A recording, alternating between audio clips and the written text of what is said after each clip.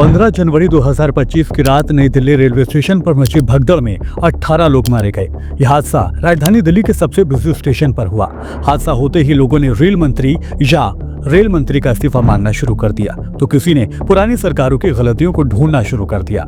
इस बीच सरकार ने मरने वालों के परिवारों के लिए महज मुआवजे का ऐलान कर दिया। आखिर मरने वाले की जान की कीमत का मुआवजा कितना होता है? 2 लाख, 5 लाख या फिर 25 लाख? यानी जितना बड़ा हादसा उतनी मोटी रकम का मुआवजा दो और प्रधानमंत्री और राष्ट्रपति और उपराज्यपाल से ट्वीट कराओ और शोक का इजहार किया और मामला खत्म। दिल्ली जहां मोदी सरकार बैठती है वहां अब डबल इंजन की सरकार है। वहां इतना बड़ा मिसमैनेजमेंट गवर्नमेंट और उसकी बेकार कार्यशैली का जीता जागता सबूत है। और ये पहली बार नहीं हुआ, बल्कि पिछले 10 साल में जितने भी हादसे हुए हैं उसमें सत्ता ने मौतों के बाद मुआवजे का ऐलान करना अपनी जिम्मेदारी को समझ लिया है। 5 किलो फ्री अनाज पर जीने वाली देश की जनता ने ना तो सरकार से जवाब मांगा, ना ही अपने गुस्से का इजहार किया। सब मुंह बंद किए आगे बढ़ते रहे। कि कुंभ में भगदड़ हो या फिर नई दिल्ली रेलवे स्टेशन पर मची भगदड़, इन हालात का निचोड़ देखेंगे तो पता चलता है कि सरकार ने बस ट्वीट कर दुख जाहिर करने और मुआवजा देने के बाद लोगों को उनके हाल पर ही छोड़ा है।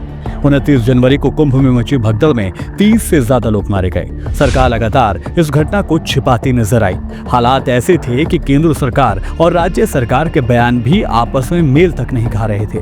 जहां पीएम मोदी एक तरफ मारे गए लोगों के लिए शोक का इजहार कर रहे थे, तो वहीं दूसरी तरफ सूबे के मुखिया अफवाह इस हादसे को बता रहे थे। और कुछ घंटों तक सरकार ने यह बताने की जरूरत तक महसूस नहीं की कि मरने वाले इंसान हैं कौन, उनकी गिनती क्या है और भगदड़ आखिर मची क्यों। सत्ता के टुकड़ों पर पलने वाली मीडिया ने अपने हिसाब से रिपोर्टिंग की और धीरे धीरे पता चला कि कुंभ में हुई भगदड़ की जानकारी सरकार छिपा रही है।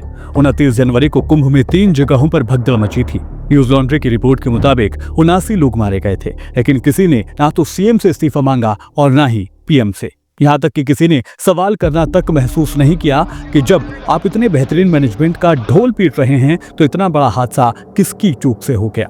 सरकार अगर कुंभ भगदड़ से कुछ सबक लेती तो शायद नई दिल्ली रेलवे स्टेशन पर 18 लोग नहीं मारे जाते। रिपोर्ट्स के मुताबिक रेलवे स्टेशन पर हर घंटे 1500 से ज्यादा टिकट कट रहे थे।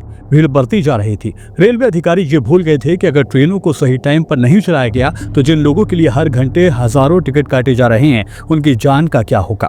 शाम 4 बजे के बाद से प्लेटफॉर्म 13, 14 और 15 के बीच भीड़ बढ़ती जा रही थी।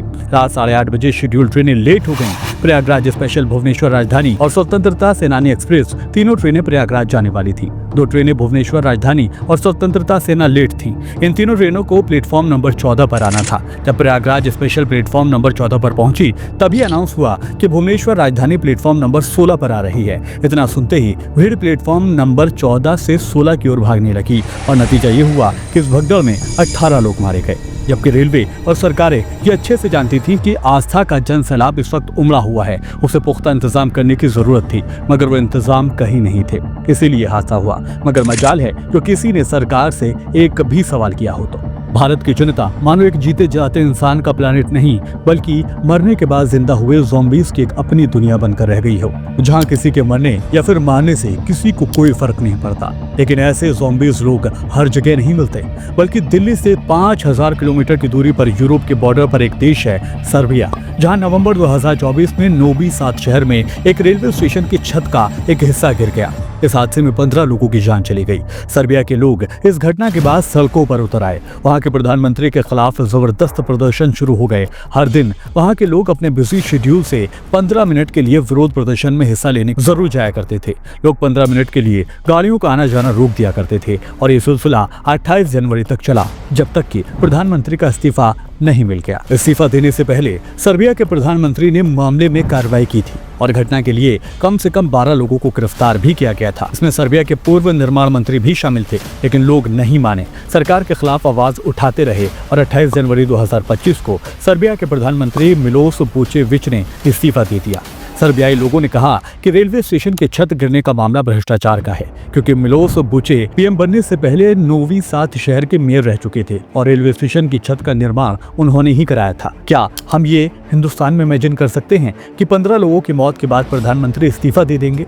वो तो छोड़िए, क्या हम इस बात की भी उम्मीद कर सकते हैं कि किसी हादसे में 15 लोग मर जाएं तो लोग सड़कों पर आकर प्रदर्शन कर सकते हों? याद करिए, गुजरात के मोरबी में एक पुल गिर गया था जिसमें तकरीबन 135 लोगों की मौत हो गई थी और 180 से ज्यादा लोग जख्मी हुए थे।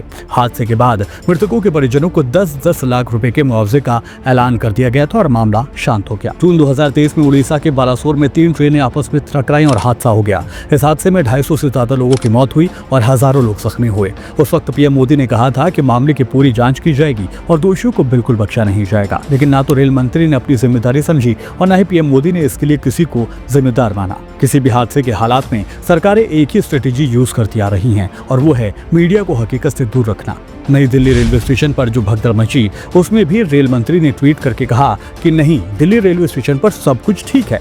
फिर दिल्ली के उपराज्यपाल ने मरने वालों के लिए श्रद्धांजलि अर्पित की तो लोगों ने सरकार के नैरेटिव पर सवाल खड़ा कर दिया। मीडिया में जानकारी लीक की जाने लगी कि भगदड़ में कुछ लोगों की मौत हुई है। रात के 1:30 बजे तक ये क्लियर हो गया था कि 15 लोगों की जान जा चुकी है और 16 जनवरी की दोपहर तक यह आंकड़ा बढ़कर 18 हो गया। डेड बॉडीज और घायलों को LNJP अस्पताल ले जाया गया और बाहर पुलिस को खड़ा कर दिया ताकि मीडिया अस्पताल में दाखिल ना हो सके। सोशल मीडिया पर तमाम वीडियोस उसके बावजूद वायरल होते हुए देखे गए, जिसमें कहा जा रहा है कि पुलिस का जोर इस बात पर था कि हादसे में रिपोर्टिंग ना हो। स्टेशन पर मौजूद कुली हो या फिर दुकान चलाने वालों ने सभी ने बाइट देने से इनकार किया और कहा कि उस वक्त ये तमाम लोग वहां मौजूद ही नहीं थे जब यह हादसा हुआ था। क्या रेलवे अधिकारी भीड़ की मॉनिटरिंग नहीं कर रहे थे? और जब रेलवे स्टेशन पर भीड़ बढ़ रही थी तो उसे संभालने के लिए इंतजाम करना रेलवे की जिम्मेदारी नहीं थी? लेकिन किसी ने ऐसे चुपते सवाल नहीं किए। दरअसल हिंदू मुस्लिम मानसिकता और सरकार ने देश की जनता के दिल दिमाग को कैप्चर कर रखा है। भले ही 1 या 1000 लोग क्यों ना मर जाएं, लेकिन सरकार से सवाल कोई नहीं करता और उसका नतीजा ये है कि आज आम आदमी गाजर मूली की तरह कट रहा है और हादसों की भीड़ चढ़ रहा है और बावजूद इसके हम खुद को कहते हैं कि हम कामयाब हैं। फिलहाल मेरे साथ इस वीडियो में अभी के लिए इतना ही। फिर होगी मुलाकात। दीजिए इजाजत। नमस्कार।